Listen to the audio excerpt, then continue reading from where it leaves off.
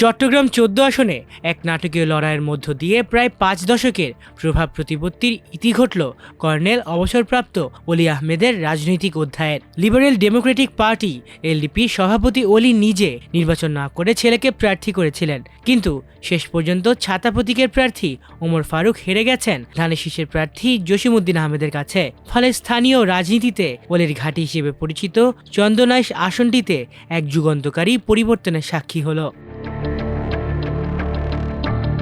ঘোষিত ফলাফল অনুযায়ী জসিমউদ্দিন আহমেদ পেয়েছেন ৭৬,৪৯৩ ভোট আর ওমর ফারুক পেয়েছেন ৭৫,৪৬৭ ভোট, ব্যবধান মাত্র ১,০২৬ ভোট। মোট ভোটার ছিলেন ৩,১৩,৫১৩ জন, প্রার্থী ছিলেন ৮ জন। এত অল্প ব্যবধানে পরাজয় শুধু একটি আসন হারানো নয়, রাজনৈতিক বিশ্লেষকদের মতে এটি কর্নেল অলির দীর্ঘ রাজনৈতিক আধিপত্যের অবসানের প্রতীক।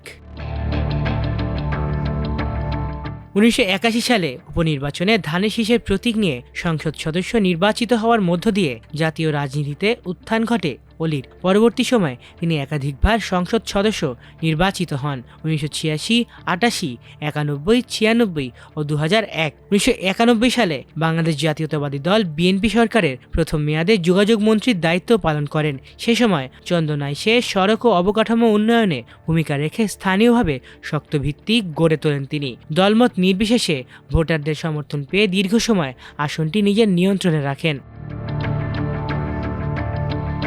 তবে রাজনৈতিক জীবনের শেষ প্রান্তে এসে তার অবস্থান ও বক্তব্য নিয়ে শুরু হয় ব্যাপক বিতর্ক।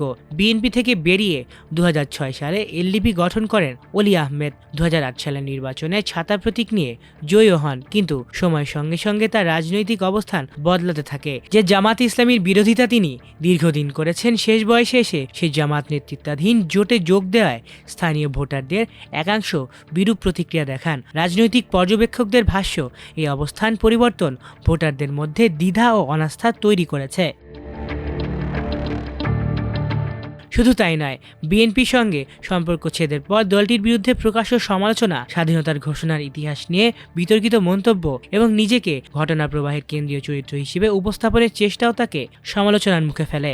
সংশ্লিষ্টদের মতে রাজনৈতিক অবস্থানের এই ঘন ঘন পরিবর্তন ও বক্তব্যের দ্বিচারিতা তার গ্রহণযোগ্যতাকে ক্ষতিগ্রস্ত করেছে।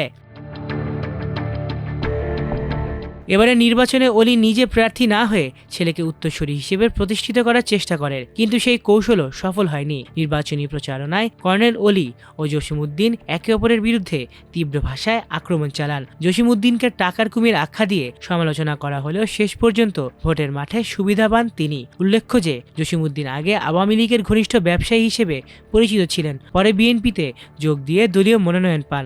তারই প্রার্থী হওয়াই ছিল এক চমক, আর অলির ছেলেকে হারানো ছিল আরো বড় চমক। আলিফ চৌধুরী, আমার দেশ।